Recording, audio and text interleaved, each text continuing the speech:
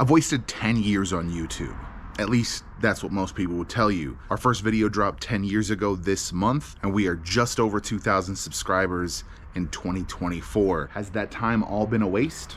Let's talk about it. Whatever it is that you do the damn thing. This channel was always envisioned as a tech channel. I mean, even our first video, which was, for some reason, a trailer, spotlighted our many upcoming tech reviews. We had hopes of becoming the next Unbox Therapy or MKBHD or any of the other big tech YouTubers of the time. But like most of those people, we didn't have a lot of money to start with, so we essentially just reviewed what we had, which, to be fair, was what they all did. But right out of the gate, we employed zero actual tactics. In 2024, when you want to start a YouTube channel, there are infinite resources. How to make thumbnails, how to properly record, how do you want to frame things. The options of content to watch just on how to make content are infinite. In 2014, not so much the case. We watched a few things here and there, but there really wasn't much to it. It was usually bundled in a retroactive, hey, this is where I've been the last few years, this is how I got to where I am kind of videos from the bigger YouTubers. Now, most of those YouTubers started as a solo show, right? They had just themselves in a camera and whatever they were reviewing.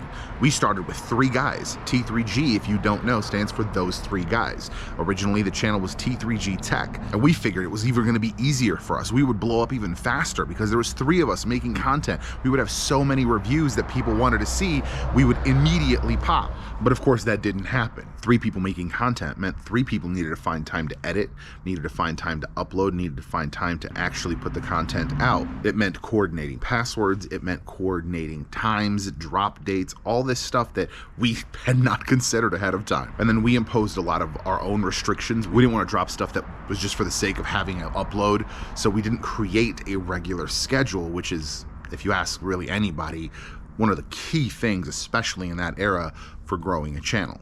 Now, the other thing that people will tell you is an absolute must-have when you're making a YouTube channel and working to build it is consistency. And we damn sure didn't have that. Within less than a year, we had decided that we were gonna vlog.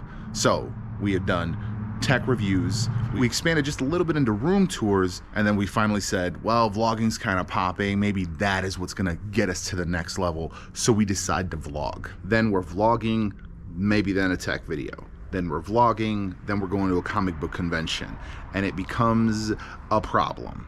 We go into media reviews, movies or TV shows, and then we go into full-on podcasting, all on the same channel. The podcast turns into a multi-faceted thing where I'm talking about comic book stuff, I'm talking about movie stuff, we're talking about life, political science stuff on this tech channel. Add to that we started doing separate vlogs, now we're doing travel. It was too much. Some of it got some views, but nothing was getting consistent views. It'd be 150, it'd be 2.8K, it'd be 57. It had no consistency of content, it had no consistency of an upload schedule, and a damn sure it didn't have any consistency as far as viewership. And through all that, we're taking none of the cues, none. We even had a period where we had something like 9 or 10 videos between tech videos. And then we do a video where it has good views, it has good engagement, you know, for a channel our size at the time. And then we don't follow it up with something similar.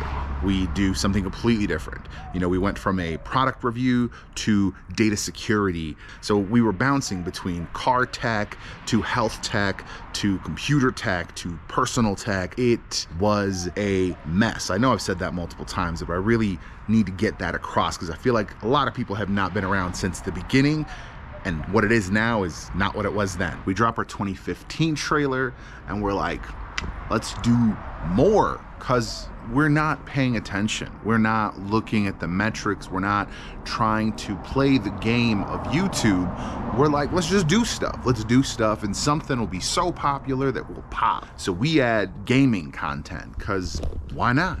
I start a playthrough of all my Steam library. We have various popular games that we play through a little bit, lots of new stuff.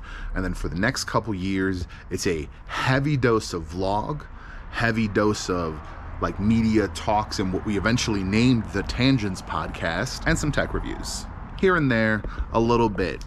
The stuff that was popping, the stuff that was getting a lot of traction, a lot of interaction, a lot of views, was the most expensive stuff, of course. It was the computer components, which are notoriously expensive. And we were not taking the cues there to be like, maybe this is what we talk about. Maybe we redouble on some of this content. Maybe, you know, there was no Gary Vee at the time to be like, hey, if something works, do that, triple down. We didn't know that. We didn't really have the money to do that anyway, so it was kind of a moot point even if we had known that. Eventually, we move tangents off to its own thing. We move the vlogs off to its own thing, separate those, and we kind of double down on this is a tech channel, damn it. So it becomes tech, and I still don't know what's going on.